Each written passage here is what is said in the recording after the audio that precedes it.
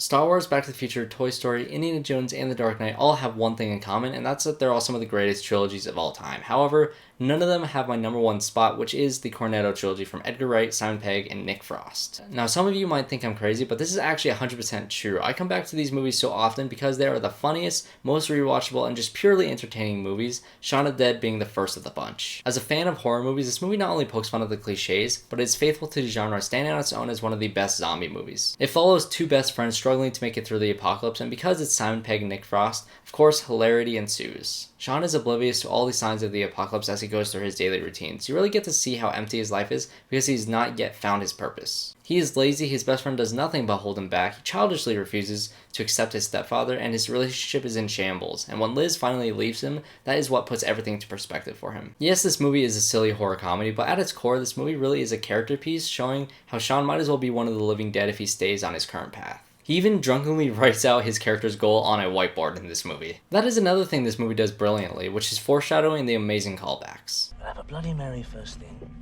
or a bite of the king's head, couple of the little princess. We'll stagger back in. Back at the bar for Sean's. How's that for a slice of fried gold?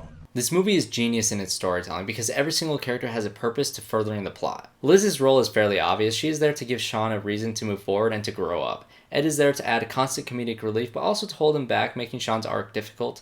This friendship really is the heart and soul of this film. David is there to push back on every single plan that Shaun comes up with, and Dianne only builds on top of this conflict. His mother and stepdad are there to more clearly show Shaun's immaturity. I love that moment where Philip dies and he tells him how difficult it was to try to be there for him as a father figure after the death of his real father. It's a touching moment, but what really brings me to tears is his mother's death. In the end, it is a metaphor for him growing up, no longer needing his parents at his side. Ed's death forces Shaun to move forward with only what is truly important to him, and that is his future. Ed comes to terms with how he needs to go in order for his best friend to be happy. However, Ed as a zombie is still there to play video games with him, showing that there will always be a childish side to Shaun. Wright establishes his style as a director with his use of music, particularly in the bar scene, his flashy editing, and the pure energy in his camera movements. This style holds so truly throughout his Cornetto trilogy with similar themes, comedy, pubs, and even moments like taking shortcuts, jumping over fences, or in this film's case, attempting to jump over a fence. There really are too many moments in this movie that I call my favorite. I love the scene as they try to learn how to take out zombies, throwing any object they can find, to throwing records, to finally using blunt objects successfully. The fun trope of them learning how to act like a zombie in order to walk among them,